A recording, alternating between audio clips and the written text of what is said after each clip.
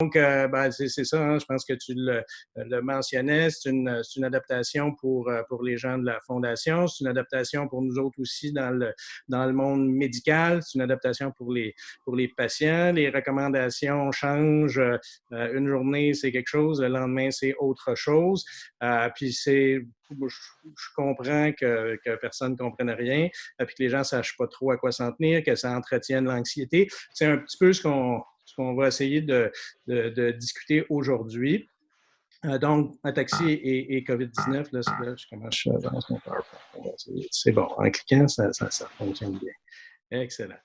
Donc, je vous présente le plan, puis certaines des questions dont on va discuter aujourd'hui, puis un petit peu là où je veux qu'on amène la discussion, parce que cette présentation-là est née aussi d'une demande et de questions que j'ai reçues de patients qui étaient préoccupés par le retour des enfants à l'école, puis d'autres questions qui sont arrivées à l'association sur quel est le risque des patients. C'est des choses qui n'étaient pas nécessairement bien discutées ou de façon spécifique pour les ataxies sur Internet. Donc, les facteurs de risque d'une maladie sévère et de complications, comment est-ce qu'on a minimisé le risque, à moins d'avoir vécu sous une roche, vous avez vécu le confinement, mais on va un peu en parler sur quels étaient les objectifs, comment ça a amené des changements dans la pratique médicale, comment on serait capable de réduire le risque encore plus. On parlait du retour des enfants à l'école. Je vais glisser un mot aussi sur l'impact que ça a sur la recherche, parce que c'est clair que ça a un impact aussi sur la recherche. Puis, on va avoir une période de questions et réponses à la suite. Il faut que j'apprenne que c'est cliquer qu'il faut que je fasse. Ce que je voulais d'abord vous présenter, évidemment, je ne vous donnerai pas, je vous reparlerai pas de tout ce qu'on entend depuis ça va faire deux mois sur les symptômes, mais je veux juste me mettre dans la peau du patient ou de la personne qui cherche sur Internet un peu des recommandations. Évidemment, elle va tomber sur les pages du gouvernement.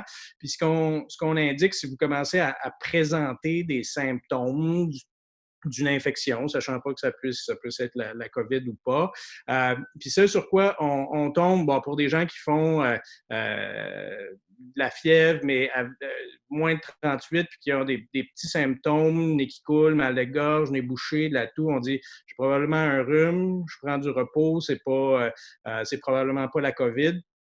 C'est sûr que ces directives-là ont été énoncées en partie avant qu'on soit de plus en plus convaincu qu'il y a des gens qui ont la COVID de façon asymptomatique, des symptômes très légers.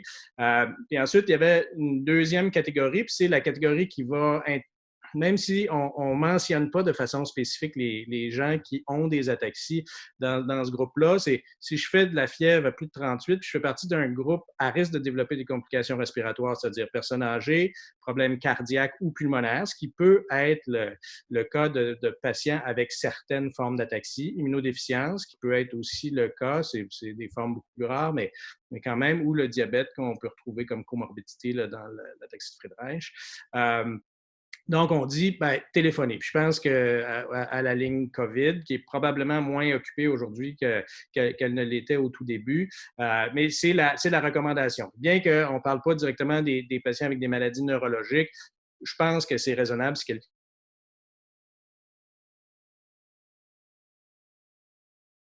donc vient téléphoner pour parler à quelqu'un. On fait la même recommandation aux gens, des personnes âgées qui ont des manifestations un peu non spécifiques. Puis, toute personne qui semble vraiment avoir des signes de difficulté respiratoire, lèvres bleues, de la misère à bouger, confusion, désorientation, urine presque plus, là, on laisse faire le téléphone, puis directement, on se rend à l'urgence ou on appelle le 911. Mais même si on retrouve ça, ça ne répond pas à la question, c'est quoi le risque des patients atteints. Oui, c'est ça. Je voulais aussi en profiter pour introduire le guide de l'auto-soin. Si ce que vous recevez comme message, c'est restez à la maison, parce que pour la majorité des gens, la maladie va être tout à fait bénigne. Le gouvernement, vous avez probablement reçu une copie de ce guide-là chez vous. Les directives sont assez claires sur comment s'auto-traiter. Notre deuxième réflexe comme patient va probablement être encore de chercher un peu plus loin. Il y a différents des sites, j'en ai mis quelques-uns de différentes associations qui donnent de l'information pour les patients. Celui que j'ai trouvé qui était probablement le plus aidant, c'est celui de la National Ataxia Foundation, qui est la fondation américaine. Les recommandations sont assez générales. On dit de prendre des précautions usuelles. Il se base beaucoup sur les recommandations du Centers for Disease Control américain, le CDC. Puis les politiques du gouvernement du Québec sont souvent alignées sur celles du CDC. Pour ceux qui sont à l'aise en anglais, il y a un très bon webinaire qui est sur le site de la NAF, qui est probablement la chose qui s'attaque le plus aux aspects qui sont propres aux patients ataxiques, parce que c'est dans la perspective de l'ataxie. Donc, c'est une excellente discussion. Vous pouvez le retrouver sur le site de la NAF, sur YouTube. Ça a été mis en ligne il y a 2 jours, je crois. Puis l'autre chose qui est très intéressante, sur le site de la National Ataxia Foundation, c'est qu'il y a un programme d'exercice en ligne. Puis bon, évidemment, il y a plusieurs personnes qui soit allaient s'entraîner, avaient de la physiothérapie de façon régulière. Puis là, ont plus accès aux professionnels avec qui ils faisaient affaire généralement. Sur le site de la National Ataxia Foundation, là aussi, c'est en anglais, mais il y a d'excellents programmes d'exercice. Ils ont fait un webinaire aussi. Donc, ça peut être une ressource intéressante. Mais à part là, pour le webinaire, là aussi, ce qu'on retrouve en ligne, c'est assez général. Ataxia UK, eux, sont alignés sur le service britannique, là, le National Health Services. Puis le National Health Services, eux, font référence aux maladies neurologiques chroniques. Puis, ils disent que les gens qui ont des maladies neurologiques chroniques font partie d'une clientèle vulnérable et devraient minimiser les contacts à l'extérieur du domicile. Mais on va revoir ça parce que, avec ce que j'ai revu de la littérature, je ne suis pas convaincu qu'il y ait énormément d'arguments en faveur de cette politique stricte-là, mais on va le revoir. FARA, l'association, la Friedreich's Ataxia Research Alliance, s'intéresse particulièrement à l'ataxie de Friedreich. Eux aussi se calquent sur les recommandations du CDC, mais en soulignant qu'il y a certaines comorbidités associées à l'ataxie de Friedreich qui vont placer les patients à risque, maladie pulmonaire, maladie cardiaque, diabète. La Muscular Dystrophy Association, l'association américaine aussi se calque sur les recommandations du CDC. Ils ont des recommandations particulières pour certaines maladies neuromusculaires, mais ils sont beaucoup plus près des dystrophies musculaires. C'est souvent des maladies où les gens vont avoir des traitements immunosuppresseurs, puis où on est dans il y a d'autres enjeux, mais ils parlent peu des ataxies. Si on pose la première... Fait que là, c'est ce qu'on retrouve actuellement. Si on pose la première question, c'est quels sont les facteurs de risque de maladies sévères et de complications de la COVID, puis comment ça s'inscrit dans... Puis est-ce que les patients qui ont une ataxie ont de ces facteurs de risque de maladies sévères ou de complications?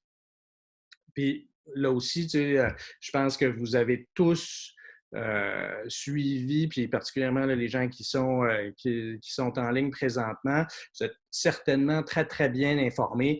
Puis vous avez vu que le facteur de risque numéro 1, c'est l'âge. Donc, que vous ayez une ataxie ou que vous n'ayez pas d'ataxie, si vous avez plus de 60, encore plus de 70, plus de 80 ans, c'est clair que le risque est augmenté. C'est ce qui est le facteur de risque numéro 1. Ici, je vous présente des données où ils avaient comparé un peu les taux de décès par rapport au nombre de cas dans différents pays. Évidemment, il faut faire attention avec ces statistiques-là parce que c'est dépendant du nombre de décès qui sont identifiés correctement comme étant associés à la COVID. C'est dépendant du nombre de cas qui sont détectés, donc du nombre de tests. Mais ça nous donne quand même une bonne idée, puis on voit ce qui se répète dans tous les pays, c'est-à-dire, vous le voyez chez les enfants, ils sont tous à 0%, sauf là, les 10 à 19 ans en Chine, mais les taux de décès dans la population pédiatrique sont infinitésimaux. Par opposition, quand on regarde chez les populations de plus de 80 ou plus de 85 ans, je vais vous montrer un autre graphique tantôt avec des plus de 85 ans, on voit que les taux sont beaucoup plus élevés. Une autre chose qui est frappante, puis qui met la table un petit peu quand on va parler des mesures de distanciation sociale. Est-ce que tout ce qu'on a fait dans les derniers mois, est-ce qu'on l'a fait en vain? C'est les lignes qui sont en vert, où ça représente la population, c'est l'Italie. Puis ça, c'est l'illustration pourquoi les taux étaient beaucoup plus élevés en Italie. Bien, en fait, c'est que là, ils ont dépassé la capacité de leur système de santé, puis ils étaient vraiment dans la médecine de brousse. Puis le principe d'aplatir la courbe, ben, c'était pour éviter de se retrouver dans une situation comme celle-là. C'était pas de complètement éliminer le risque, c'était pas complètement de faire disparaître le virus, c'est de s'assurer que le système de santé était capable d'absorber les patients qui allaient se présenter. Donc, l'âge, clairement le facteur de risque numéro 1. Deuxième facteur de risque, puis c'est bien identifié, mais ça reste des catégories assez générales, on parle toujours de maladies chroniques. Mais quand on parle de maladies chroniques, desquelles on parle de beaucoup de facteurs de risque, puis c'est toujours assez général dans les différents articles. Maladies cardiovasculaires, celles qui ont été, puis ça, le docteur Fournier pourra probablement commenter plus que moi, mais il y a les patients, la composante d'insuffisance cardiaque, ce qui est certainement pertinent pour les patients particulièrement avec l'ataxie de Friedreich. Mais il y a beaucoup dans le contexte de coagulopathie, ce qui est un peu main dans la main avec une des complications neurologiques que sont des ACV. Là. Le diabète, pour une raison qu'on ne comprend pas encore très bien, je pense qu'il y a une question de métabolisme de glucose qui pourrait favoriser des tempêtes de cytokines.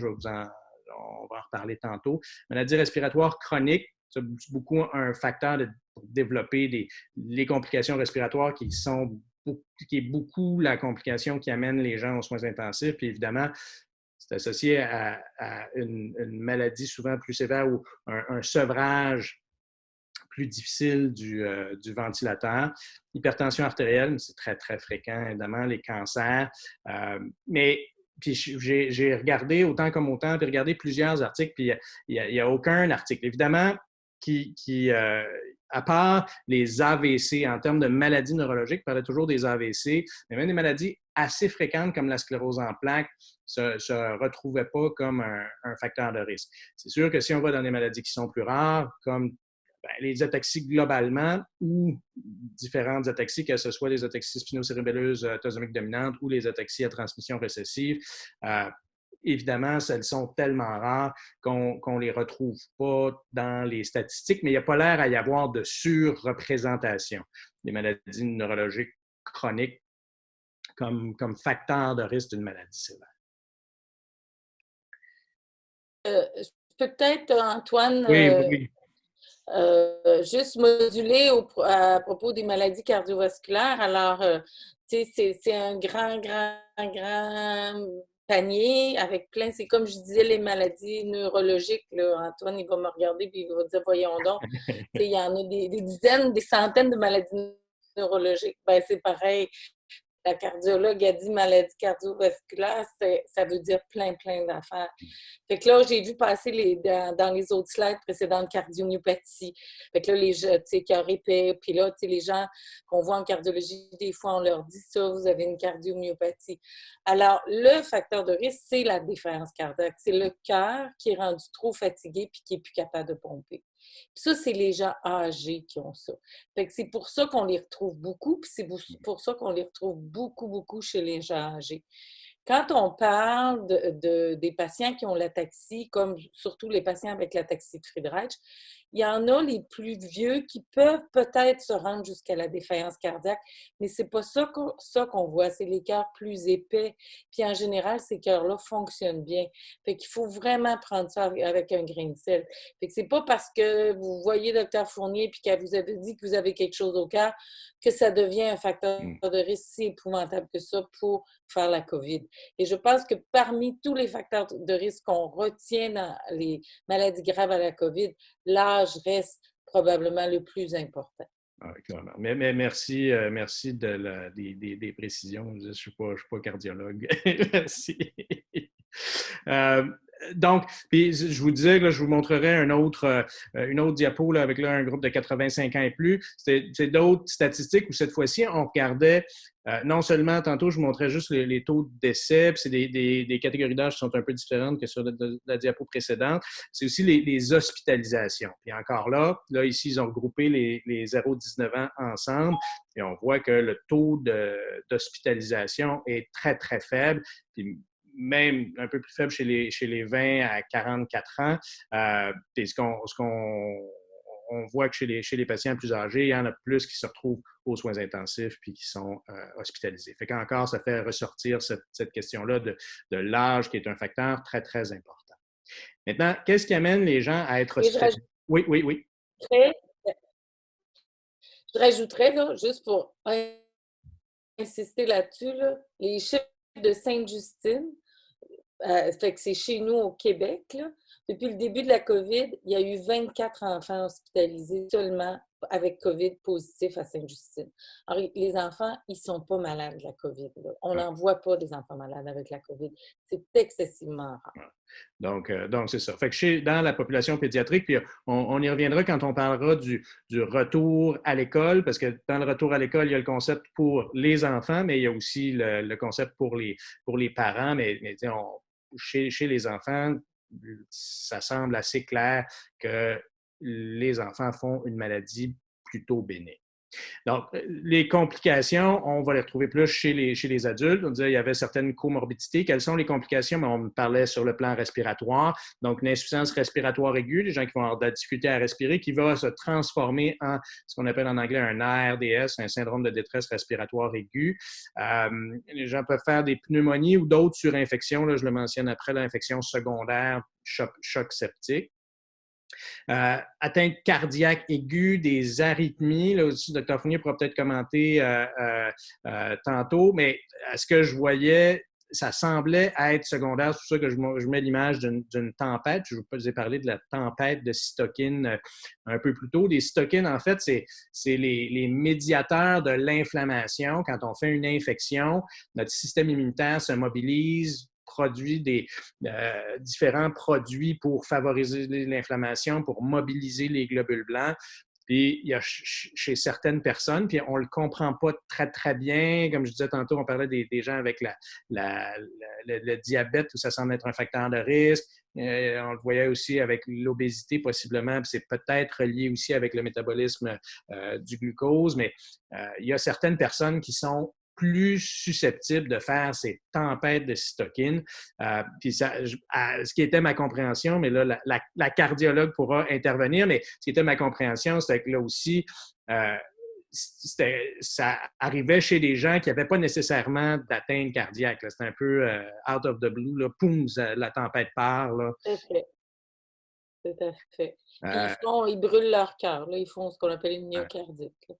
Donc, là aussi, tu sais, puis ce qui était un peu, je pense, le message, puis c'était ce que moi aussi je retenais, puis je suis content de voir que Dr. Fournier a cette expérience et cette impression-là aussi, c'est que la maladie cardiaque, là, on va, chez les ataxiques, c'est principalement les gens qui ont l'ataxie de Friedreich qui vont avoir une atteinte cardiaque, mais ça ne semblait pas nécessairement être un facteur prédisposant de faire cette atteinte-là. Ce qui ne veut pas dire que les gens ne la feront pas, mais s'ils la font, c'est probablement indépendant de l'atteinte cardiaque.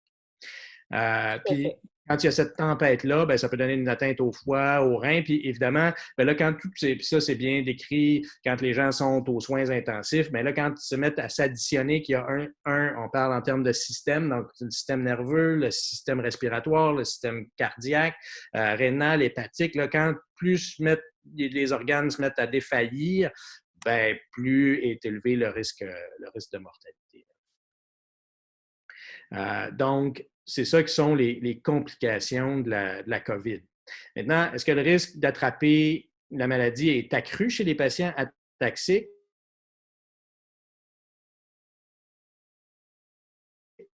À part retrouver dans la liste des maladies vasculaires cérébrales, puis ça non plus, on ne se trouve pas beaucoup ça chez les jeunes. Les maladies neurologiques, incluant les maladies neurologiques chroniques, ne sont pas surreprésentées par rapport aux facteurs de risque cardiovasculaire Puis là-dedans, je veux dire le diabète et l'obésité notamment.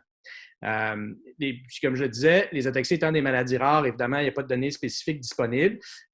J'ai découvert, en regardant le webinaire de la NAF, qu'il y a un site où les gens qui ont des maladies rares qui ont la COVID peuvent s'inscrire. Je pense que le site s'appelle Rare with COVID. Je ne suis pas allé voir, là, fait que je ne sais pas quelle en est l'utilisation, puis si ça respecte des règles éthiques, etc., s'ils recrutent des gens de l'extérieur. Mais ce sont des sites comme ceux-là qui vont nous permettre d'avoir suffisamment d'informations parce que sinon, ben, chacun, moi, personnellement, j'ai entendu aucun de mes patients. J'ai entendu parler d'un patient dont Dave Lynch à Philadelphie avait entendu parler, qui avait bien évolué, mais ça reste de l'anecdote. Donc, ça va être quand les gens vont mettre les cas ensemble qu'on va être capable de se faire une idée claire, mais jusqu'à maintenant, il n'y a vraiment rien qui suggère que les patients sont surreprésentés. Puis l'illustration que je vous mets ici, c'est qu'en fait, le risque, il est individuel. Puis il y a plusieurs facteurs à considérer. Si on prend un patient qui a une scoliose importante, un syndrome respiratoire restrictif secondaire, une insuffisance cardiaque importante, un diabète, une obésité, bien évidemment, ce patient-là va avoir des facteurs. On ne peut pas dire tous les patients qui ont une ataxie sont plus à risque. Ça va être les gens qui vont avoir plus de facteurs de risque, qui ont plus de risques de complications, comme ici, bien, les plongeurs qui sont dans la cage sont moins exposés que le plongeur qui est à l'extérieur de la cage. Donc, je pense que j'aimerais ça être capable de vous donner une recette, mais le message, c'est que ça va probablement être d'autres facteurs de risque qui peuvent être associés ou pas à la maladie ou associés à l'ataxie, mais ça va vraiment être individuel qu'on va pouvoir dire si quelqu'un a un risque accru. Mais quelqu'un qui va avoir une obésité puis un diabète puis qui a 74 ans va être plus à risque que quelqu'un qui n'a pas ces facteurs de risque-là puis qui a 15 ans. C'est clair. On ne peut pas faire de recommandations générales qui s'appliquent unilatéralement à tous. Bon. Oui, puis en ferai une. Si tu as à choisir et tu es jeune, fais-la tout de suite, la COVID avant vieillir. Oui, effectivement.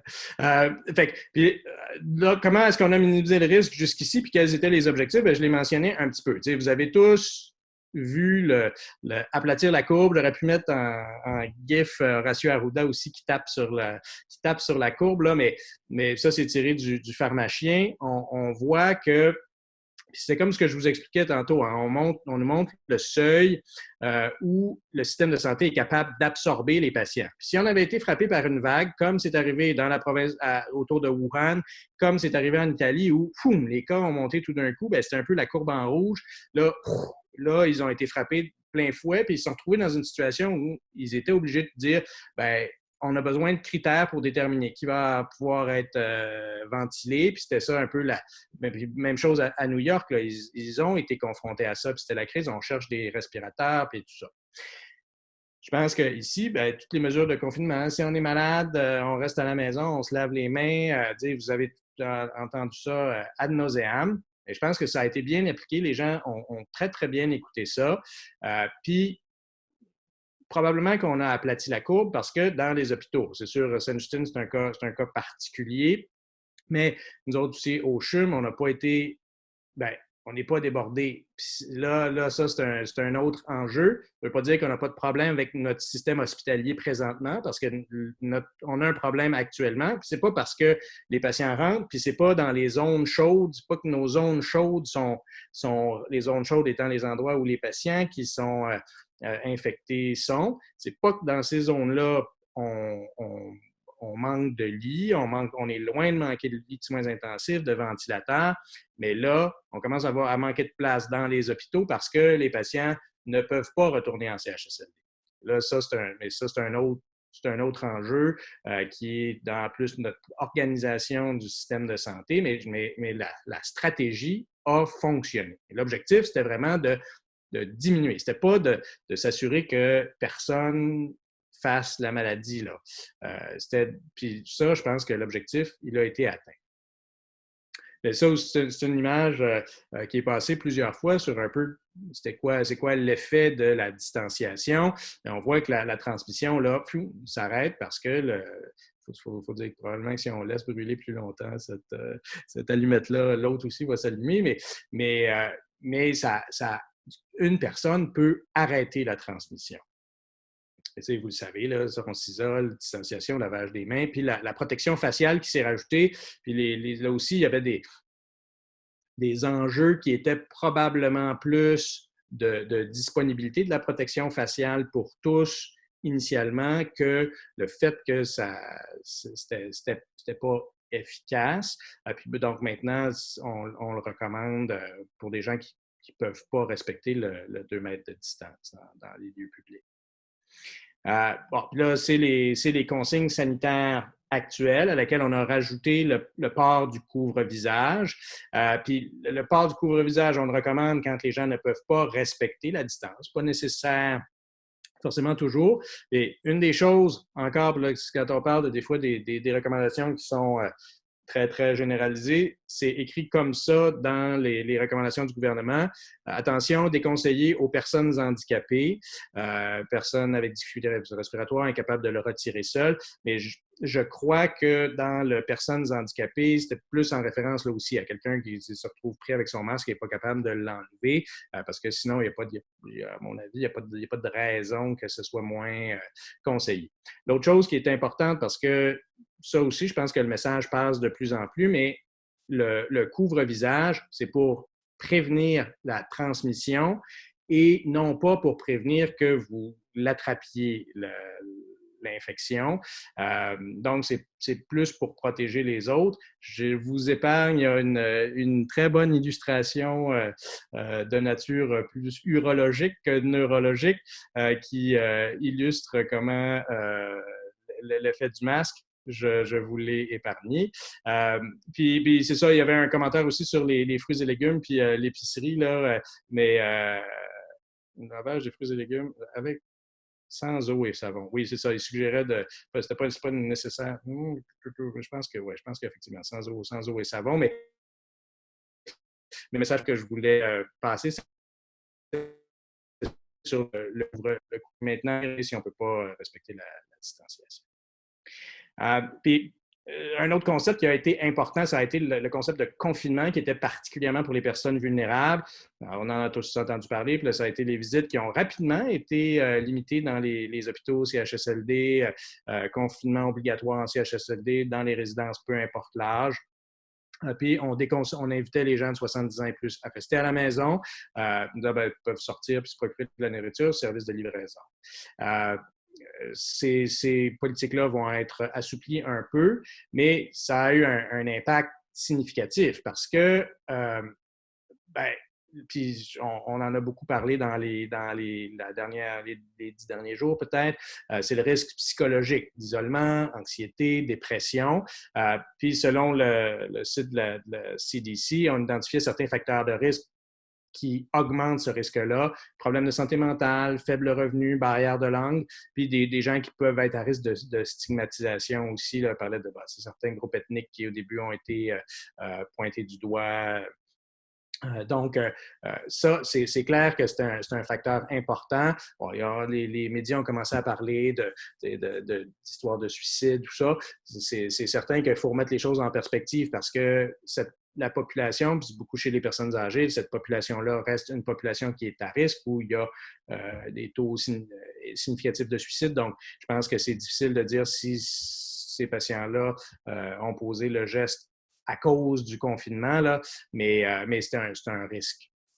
Il y a aussi des risques pour la santé physique de complications non reliées. Je ne sais pas si ça a limité les consultations dans la population pédiatrique, mais je peux vous dire que dans la population adulte, c'est clair qu'on voit des patients arriver avec des AVC 3 jours plus tard parce qu'ils ne voulaient pas se présenter, des gens qui ne sont pas venus à l'hôpital. Donc, ça retarde la prise en charge, mais je ne sais pas si à Sainte-Justine, vous avez vu quelque chose de semblable.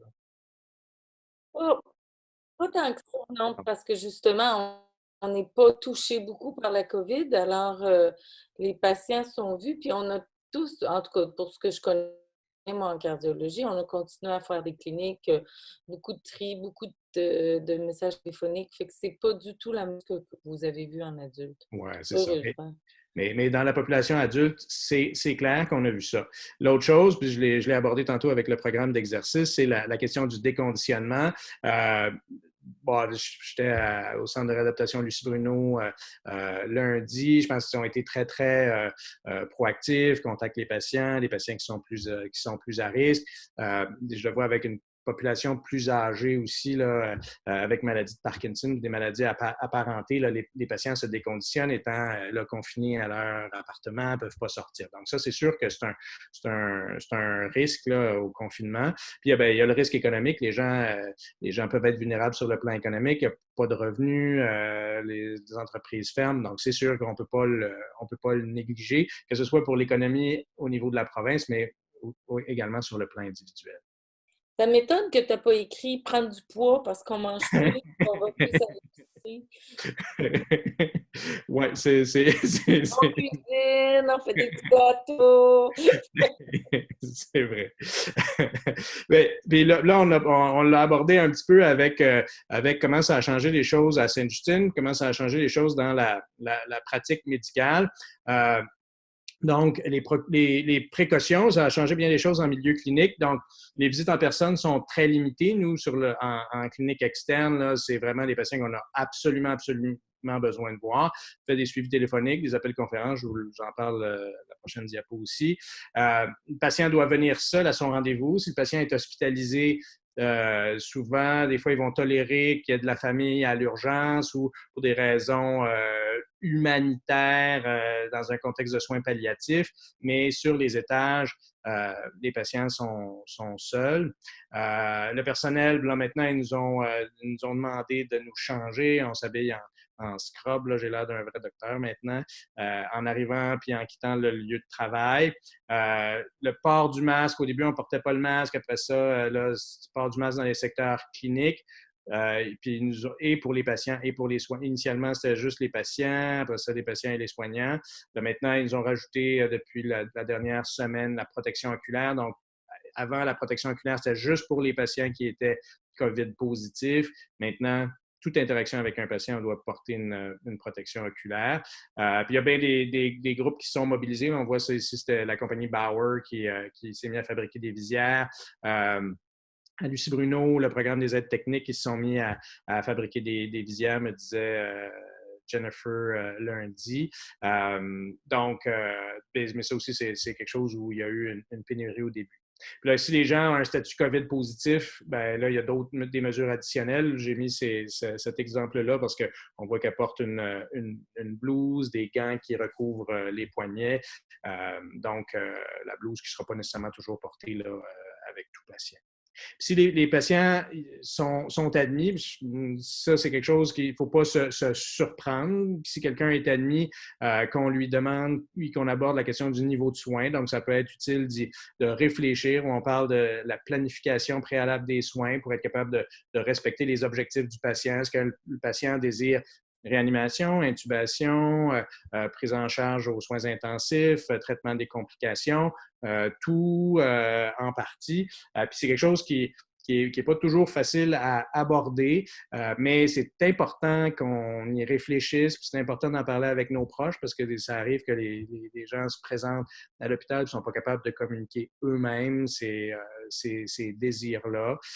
Donc, il ne faut pas se surprendre, là, c'est maintenant dans la routine quand les gens sont admis d'aborder cette question-là. Je l'ai dit, les familles peuvent, sauf exception, ne peuvent pas accompagner les patients. Il faut s'attendre, particulièrement chez les patients COVID+, à ce que les contacts soient nettement limités. Je ne sais pas si c'était encore vrai, là, mais il y a quelques semaines, on me disait sur une unité COVID positive, il limite à 4 contacts avec quelqu'un dans une journée. Puis ça inclut le contact avec les infirmières. Fait qu'il ne faut pas se surprendre si vous ne voyez pas le médecin tous les jours. Ou ça pourrait être, ils nous disent, vous pouvez parler au patient par téléphone, le regarder à travers la vitre, là, à travers la porte, puis vous parlez au téléphone, mais en essayant de limiter les contacts. Puis ça aussi, ça contribue au déconditionnement, évidemment, chez les gens qui sont hospitalisés. ce qui est toujours un risque chez des patients qui ont une ataxie ou une maladie neurologique qui sont hospitalisés, mais encore plus dans ce contexte-ci.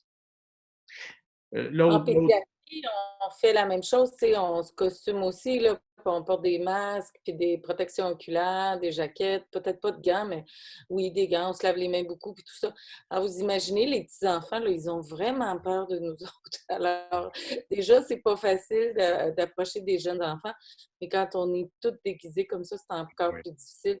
Puis évidemment, les enfants, ils ont tous le droit d'être accompagnés, mais par oui, une personne. oui. Mais c'est ça. Alors là, on a une question de Julien Lanouette-Dadin.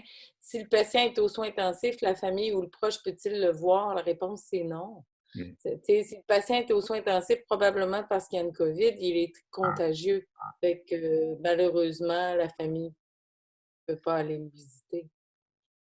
Je vais essayer de revenir là. Non, c'est ça. Effectivement, fait que c'est très. Il y a quelque chose qui a déshumanisé un peu la médecine. Puis ça touche à ça aussi avec la télémédecine. En fait, là, j'allais dire, s'il y a un côté positif à la COVID, c'est que ça aura favorisé l'adoption à vitesse grand V de la télémédecine, mais pas sans heures, là, puis ça ne fonctionne pas encore parfaitement. Mais la télémédecine, ben, c'est sûr que ça réduit le risque d'exposition. Les gens n'ont pas besoin de se déplacer. Ça fait que ça réduit le risque d'exposition pour le patient, pour les soignants. Ça réduit le temps, le coût de déplacement. Le rendez-vous est à telle heure, puis tu es branché à cette heure-là. Ça peut démocratiser l'accès aux surspécialités, des gens qui sont loin, qui ne viendraient pas nécessairement, par exemple, à Montréal pour voir un surspécialiste. Ben, là, on peut faire la téléconsultation. Puis, il y a même certains professionnels, des orthophonistes, des physiothérapeutes qui peuvent faire des interventions à distance. Donc, ça, c'est très bien. Mais ça a aussi ses limites. Il y a la limité par l'accès à la technologie. C'est pas tout le monde qui a une adresse courriel, qui a accès à une webcam. Des fois, il y a aussi des bugs avec la technologie. L'examen physique est plus limité. Il y a des spécialités, je sais pas, là, les psychiatres, et encore, là, il y a des éléments qui vont chercher en personne aussi, mais s'il y a des choses qu'on ne peut pas examiner, je ne peux pas examiner le tonus, prendre les réflexes sur React, là, qui est le logiciel qu'on utilise au CHUM. Puis il y a le contact physique, puis on en parlait, là, ça a un peu déshumanisé la médecine, mais c'est clair que dans c'est relationnel, hein, c'est une relation thérapeutique, puis bon, à travers un écran d'ordinateur, on n'a pas la même chaleur. Donc, mais ça a des très, très bons côtés, là, puis en espérant qu'on puisse garder ça après la pandémie, mais ça a ses limites, c'est clair. Je ne sais pas si vous l'utilisez là, en cardio, il y a des affaires que c'est difficile. Ben, c'est difficile, tu sais, on limite l'auscultation, c'est sûr, mais tu sais, nous, le bout de nos 10 doigts, c'est l'échographie cardiaque.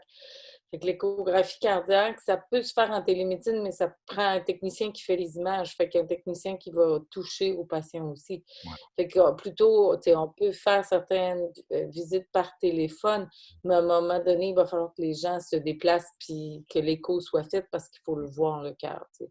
Ouais, puis Julie Dubé, en physiatrie, me disait un peu la même chose. Il y a des choses, là, les amplitudes articulaires, là, c'est dur. Puis l'arthèse est bien ajustée, là, c'est dur de faire ça à distance. Là. Donc, c'est ça, il y a des limites. Puis un autre des facteurs, bien, moi, c'est un peu le thème, bien, on disait on ne peut pas faire de généralisation. Un autre des facteurs importants, en plus de l'âge, des facteurs de risque, c'est que le risque, il varie énormément en fonction des régions. Ça, c'est un tableau que je suis allé chercher sur le site de l'Institut national de santé publique aujourd'hui. Et on voit la courbe en rouge, c'est la courbe de la région Montréal-Laval. La courbe en bleu, c'est les régions limitrophes, entre guillemets, puisque ça s'étend jusqu'au centre du Québec, Estrie. Puis en vert, c'est les autres régions. Ben, on voit que clairement, beaucoup plus de cas à Montréal-Laval. Fait que c'est sûr que, puis on le voit dans les réactions du gouvernement encore aujourd'hui, il retarde l'ouverture des écoles à Montréal parce que le le risque est plus élevé versus sur la Côte-Nord, au Bas-Saint-Laurent, où il n'y a essentiellement pas de cas. Mais il n'y a pas de cas pour l'instant. On va espérer que le feu ne prenne pas plus tard. Mais le virus n'est pas arrivé, donc personne va être immunisé. On va reparler du concept aussi d'immunité de groupe. Puis c'est la même chose à travers le Canada, là, les taux au Nouveau-Brunswick puis au Québec, on n'est pas vraiment dans le même, dans le même range. Comment est-ce qu'on pourrait réduire le risque encore plus? Parce qu'on voit... C'est vrai, oui. Antoine, que ceux qui ne l'ont pas fait, oui, ce que je voulais te demander, Antoine, tu sais, on en a beaucoup à Montréal. Ben, je me dis, dans le fond, c'est une chance. Tu vas peut-être en reparler de l'immunité de masse. Oui, Puis on le va. Nouveau-Brunswick qui n'en ont pas, ben, ça va y frapper plus tard. That's it, that's all. Ben, c'est ça, mais on va en reparler de l'immunité de groupe parce que malgré notre prévalence ici, puis je vais vous parler des chiffres de l'Italie, des chiffres à New York, malgré aussi les autres qui ont été frappés très, très fort, ils sont très loin de l'immunité de groupe. Donc, l'immunité de groupe qu'on présume, là, mais c'est pour ça qu'ils ont aussi reculé là-dessus. Donc, je voulais réintroduire ça parce que malgré le fait qu'on a fait toutes ces mesures-là, puis à Montréal, les gens aussi ont respecté les consignes en général, différents facteurs qui expliquent qu'il y a plus de cas. Ça a beau être une crise de CHSLD, mais reste que malgré qu'on ait respecté ces consignes-là, on voit qu'il y a quand même des cas, puis la courbe n'a pas descendu. Donc, comment est-ce qu'on peut réduire le risque encore plus? Un vaccin. Puis, c'est quoi l'échéancier? C'est là qu'on va reparler de l'immunité de groupe. Bon, puis il y avait comme trois approches, parce que, on a parlé de mesures de santé publique, mais on le disait tantôt, les patients peuvent être admis. Qu'est-ce qui arrive avec la COVID une fois que le patient est admis? Bien, il y a un traitement médical avec de la médication antivirale, par exemple. Bien, ça, puis on ne peut pas penser à développer un nouveau médicament. Là, ça va prendre 15 ans. C'est pour ça qu'on parle ici repurposed drugs. C'est réutiliser des médicaments qui avaient été proposés pour autre chose, qui pouvaient fonctionner ou pas.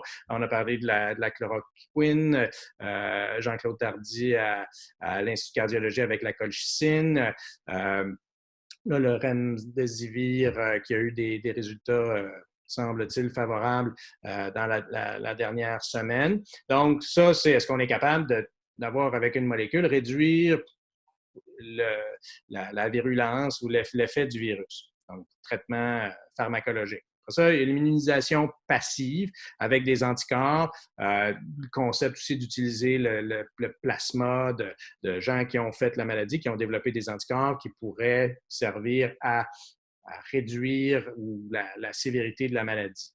Mais ce qui est le Saint Graal, c'est l'immunisation active avec un vaccin. Et on le voit, 43 vaccins qui sont en développement, ce qui est extrêmement intéressant. Beaucoup de groupes, beaucoup de stratégies différentes. Mais, le vaccin, je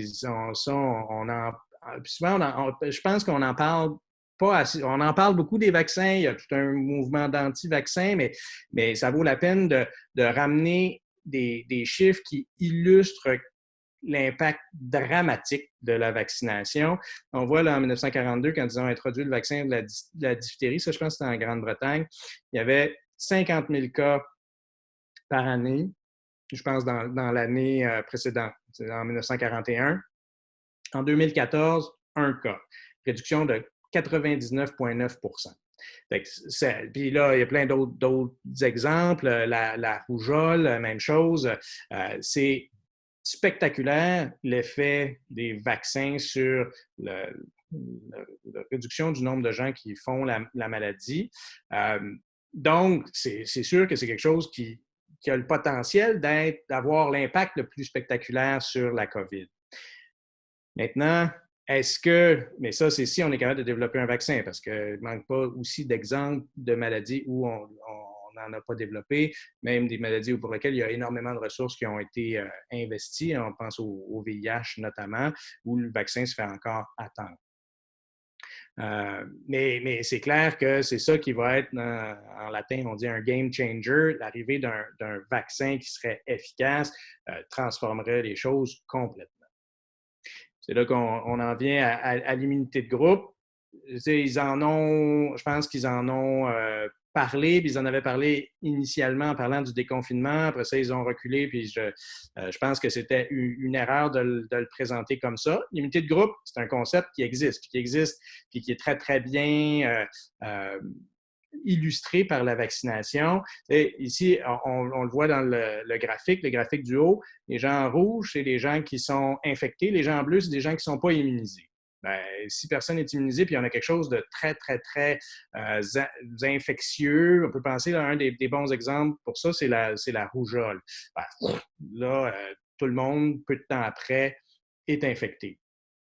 Deuxième graphique, c'est s'il y a quelques personnes en jaune-vert, là, c'est des patients c'est des gens qui sont immunisés. Ça peut être par un vaccin, ça peut être parce qu'ils ont fait la maladie, mais si on a relativement peu de gens dans la population qui sont immunisés, bien, ces gens-là n'agiront pas vraiment comme une barrière pour prévenir la transmission. Donc, la majorité des gens vont faire l'infection quand même.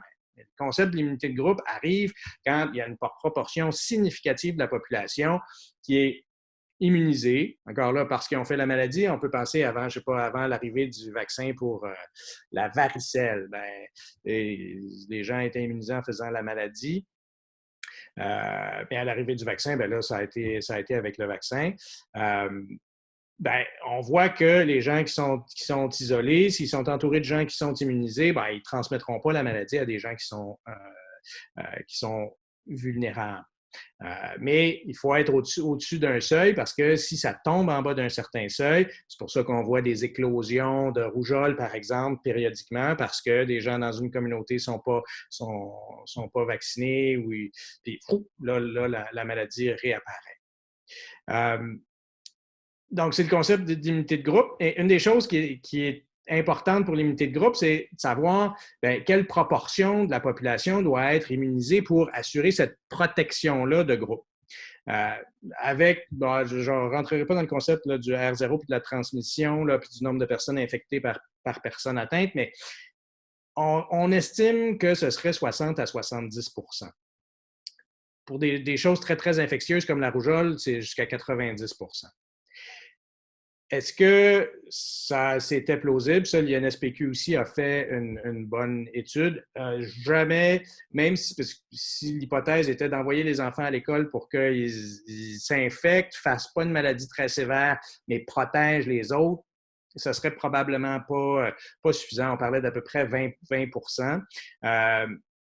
Actuellement, on n'a pas une idée extrêmement précise de combien de gens ont fait la maladie parce que les tests sérologiques, je ne suis pas certain qu'on ait vraiment commencé à en faire ici. Ça a été des estimations, là, mais les estimations pour Montréal-Laval ont été de l'ordre de 4 en Californie, il y a eu des données qui suggéraient 2,5 %. Fait qu'à 4 même à 4 à Montréal, une région où il y en a eu beaucoup, on est extrêmement loin du 60 % dont on aurait besoin pour avoir une immunité de groupe. Puis je parlais tantôt de New York, parce que New York, eux, ont fait des tests sérologiques globalement, pour la ville de New York, c'est à peu près 21 %, même s'ils ont été frappés là, violemment, à peu près 21 % des gens qui avaient des anticorps. Fait que là aussi, même à New York, qui a été très fortement frappé. Puis on avait la même chose dans une population dans le coin de Bergame, en Italie,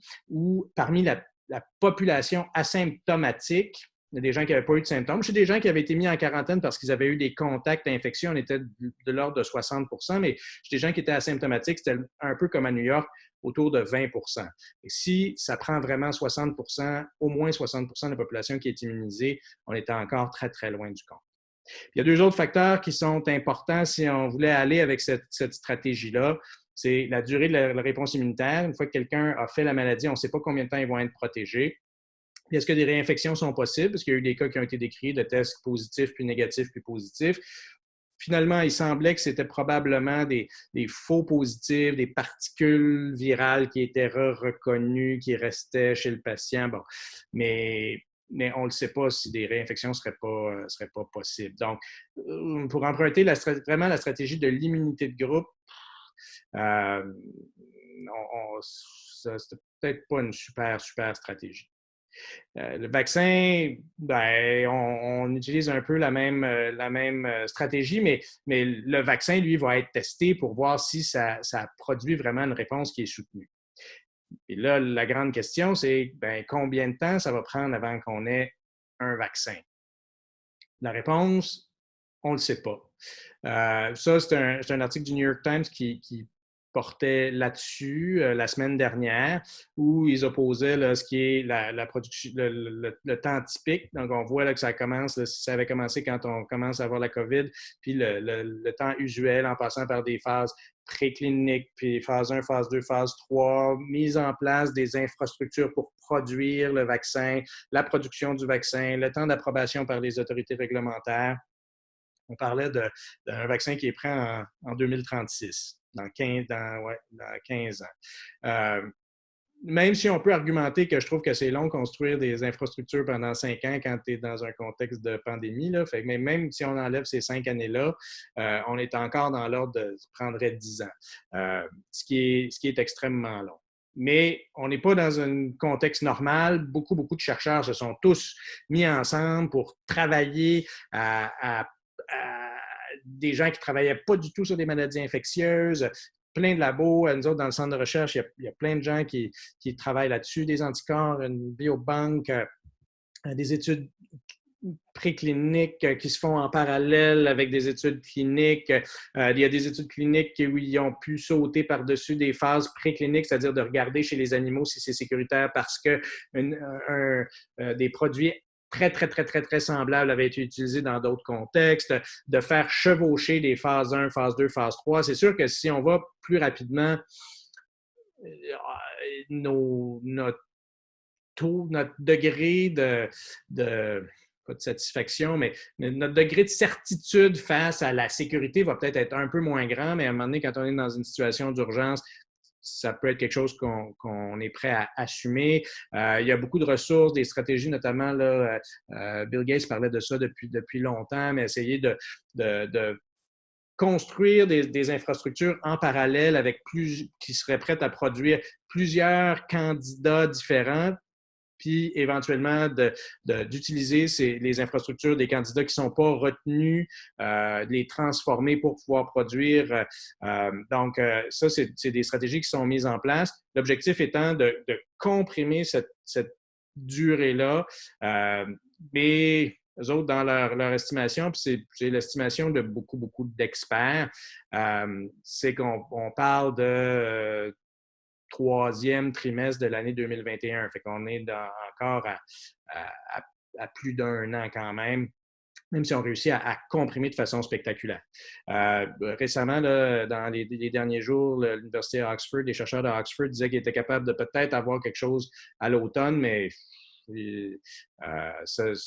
tant mieux si c'est le cas, mais je ne sais pas si c'est réaliste. Puis, la raison pour laquelle je vous présente ça, c'est que ça va nous amener aussi à la question du déconfinement et du retour à l'école.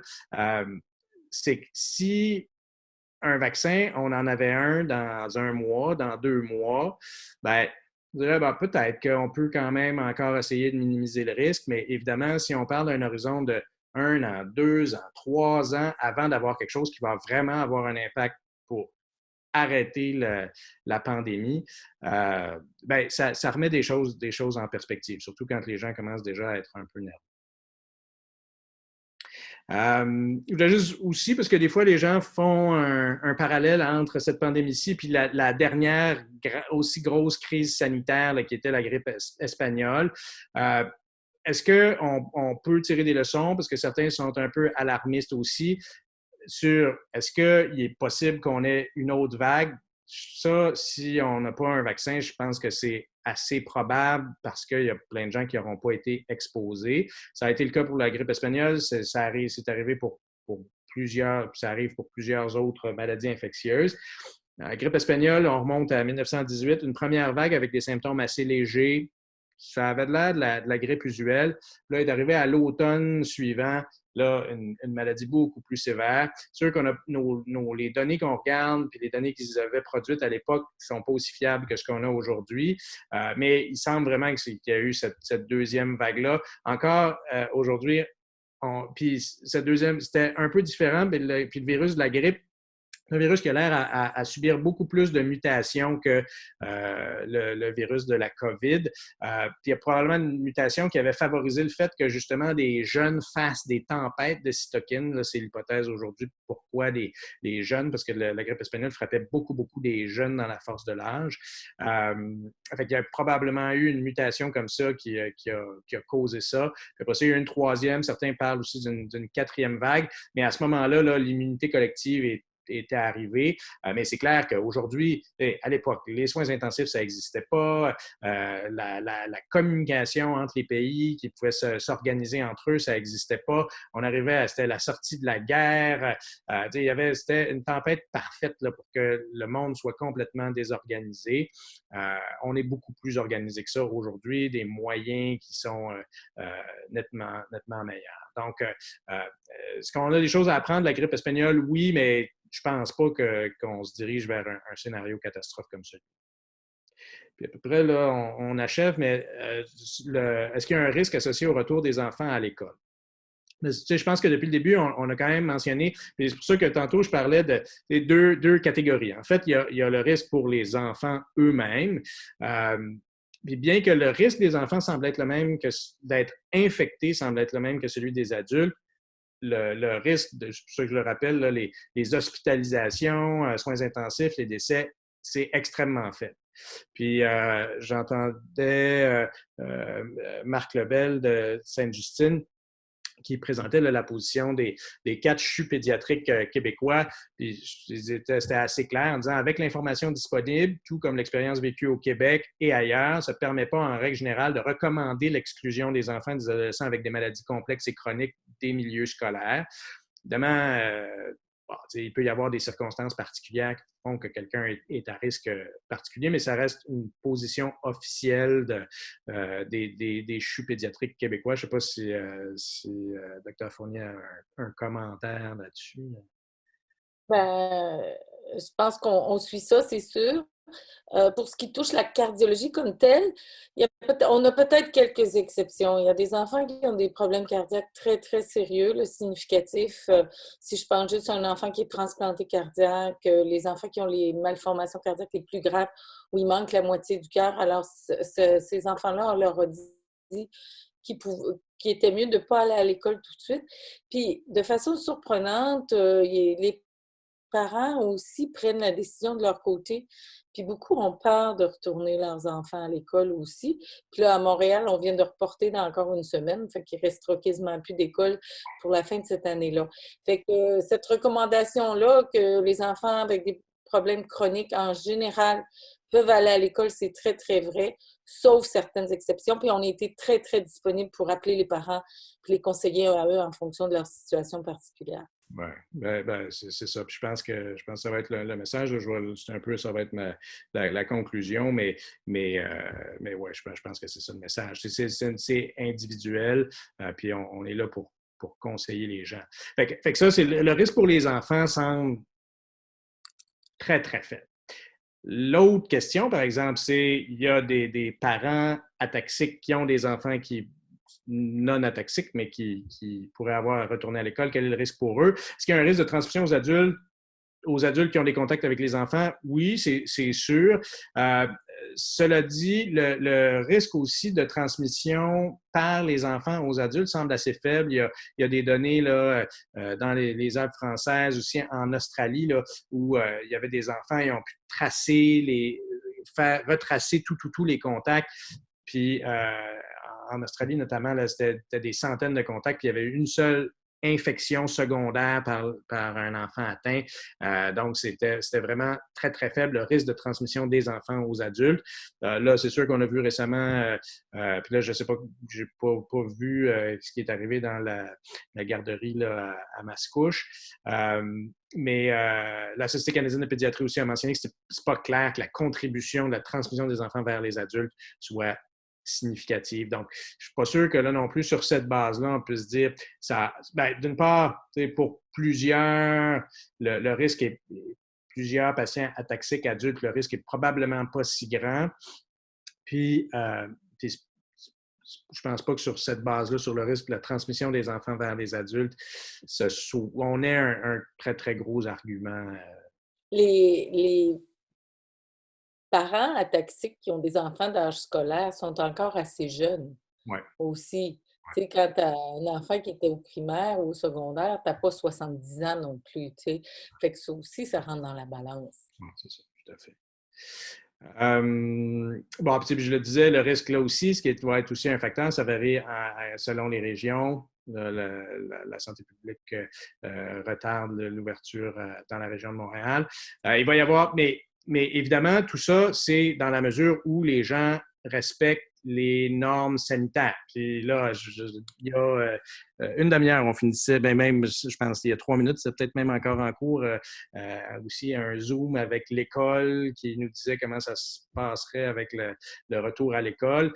Puis c'est sûr qu'ils vont respecter des mesures, mais c'est clair que oui, le risque est probablement assez faible avec le déconfinement, mais dans la mesure où les gens respectent les consignes encore de distanciation, parce que, si je vous le disais, on a une très, très faible proportion de la population qui a été exposée. Encore, on n'est pas... la courbe, il faut qu'elle reste plate, parce qu'on ne veut pas faire un pic comme celui de la grippe espagnole, parce que là, on va se retrouver encore avec le problème qu'on voulait éviter initialement. Puis, dernier mot, je pense que je voulais juste mentionner rapidement sur la recherche, puis je peux dire comment ça a un impact sur la recherche. Donc, ça, c'est la politique de la direction de la recherche du CHUM. Encore là aussi, juste avant le Zoom avec l'école, c'était un Zoom avec la direction du centre de recherche qui nous disait comment se ferait le redémarrage des activités de recherche. Les activités jugées essentielles peuvent être maintenues. Évidemment, les activités directement reliées à la COVID sont maintenues. Des essais cliniques qui seraient en cours, puis dont l'arrêt mettrait en péril la santé des patients, ça peut être maintenu. Puis nous autres, au CHUM, pour des essais cliniques qui étaient en cours, on les a poursuivis. Puis pour lesquels il n'y a pas d'alternative thérapeutique. Quand il n'y a pas besoin de contact direct, ça peut être maintenu. Pour des nouveaux projets de recherche, actuellement, on avait suspendu le recrutement, même, certains, François Olivier a parlé de l'étude d'histoire naturelle pour la taxie de Friedreich. 2 jours avant qu'on ferme, j'ai vu des patients, mais j'ai annulé les visites pour les patients qui devaient venir au mois de mars, au mois d'avril. Mars, je les ai vus juste avant. Avril, mai, puis possiblement juin, on va voir comment ça se passe parce que notre centre de recherche va redémarrer les activités à raison de 20 %. Il est possible aussi que je pense que ça va être différent. Les patients eux-mêmes vont mesurer le risque par rapport aux bénéfices. Je pense que le risque de venir à l'hôpital, dans le centre de recherche, dans un contexte où nous autres, on est très surveillés, tout le monde va porter des masques, etc. Je pense que le risque est très faible, mais probablement qu'il y a certaines personnes qui vont dire, si c'est juste pour une étude d'histoire naturelle, vous allez juste m'examiner, ça, j'aime mieux pas m'exposer, mais si c'est pour un essai clinique, ça, je serais d'accord. Probablement qu'il y a des gens qui vont raisonner comme ça. Puis je pense que c'est tout à fait correct, surtout que quand on est dans un contexte de recherche, contrairement à un contexte de soins, ben on est dans...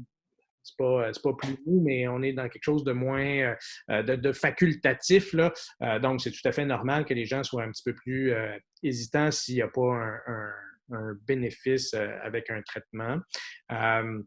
Actuellement, il y avait une règle que les seules parties, les nouvelles inclusions sont limitées à des patients avec prise en charge au CHUM, mais ça, on peut toujours prendre en charge des patients. Puis on ne peut pas recruter de patients de l'extérieur, en tout cas chez nous. Mais on est capable de faire toutes les étapes administratives, les ententes. On a eu avec François Olivier des discussions pour peut-être une autre étude d'histoire naturelle. On a commencé des discussions pour la taxie de Friedreich, pour 2 essais cliniques. Ça, on vous tiendra au courant si ça se concrétise, mais c'est des étapes qu'on est capable de faire actuellement, même à distance. Mais c'est clair qu'il favorise le télétravail, mais c'est sûr que ça a un impact. Ça, faut pas se le cacher. Puis ça a un impact aussi sur le financement. Je pense que François-Olivier parlait de la capacité de recueillir des fonds. Il va y avoir moins d'argent, les gens vont avoir moins d'argent disponible. C'est sûr que c'est toute une cascade, mais on va s'arranger. Les choses s'arrêtent. Fait que les deux derniers messages. Juste avant que Oui. tu passes à l'autre slide, Antoine, on a une question ici. Est-ce qu'il y a des essais cliniques qui sont prévus en ataxie Ben, maintenant, là? on n'a rien Des essais de médicaments, j'imagine, qui sont des essais cliniques. il y a rien de signé actuellement, mais on a eu des contacts avec des gens de 2 compagnies. Une étude de phase 1, une autre qui est une étude d'une molécule qui existe déjà, donc qui sera probablement une étude de phase 3, parce que c'est une molécule qui est utilisée dans d'autres maladies, donc qui est déjà connue. Mais pour l'instant, je peux pas en dire plus parce qu'évidemment, je peux pas en dire plus parce que je peux pas en dire plus, mais aussi parce que de ce côté-là aussi, souvent, ça implique que les gens viennent nous voir, viennent visiter nos installations, puis évidemment, là, les gens ne peuvent pas visiter, c'est des gens qui arrivent des États-Unis. Donc, pour l'instant, ça, c'est retardé, mais on a des discussions, puis probablement qu'on va être capable de faire des visites virtuelles avec eux. Fait que dès qu'il y a quelque chose qui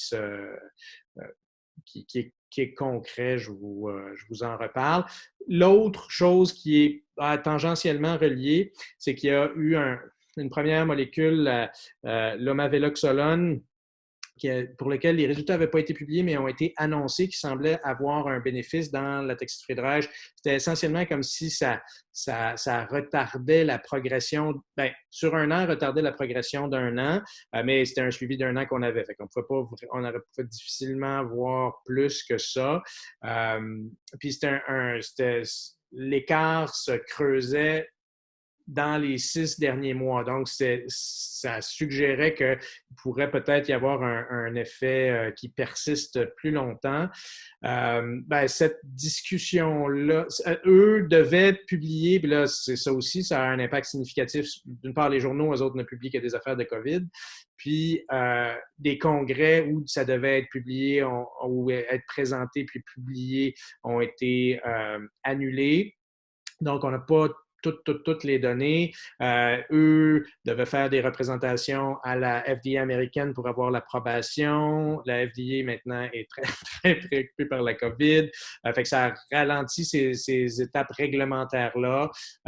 Ils n'ont pas voulu me dire si la demande était faite au Canada, mais ils m'avaient déjà dit qu'ils feraient une demande aussi d'approbation pour le Canada. Donc ça, c'est une molécule qui pourrait arriver sur le marché. Là, évidemment aussi, je pense qu'on va contacter, si la molécule arrive sur le marché, puis là, il va falloir y avoir des discussions avec la RAMQ puis l'assurance médicaments pour savoir si ce sera remboursé, quels seront les coûts, tout ça.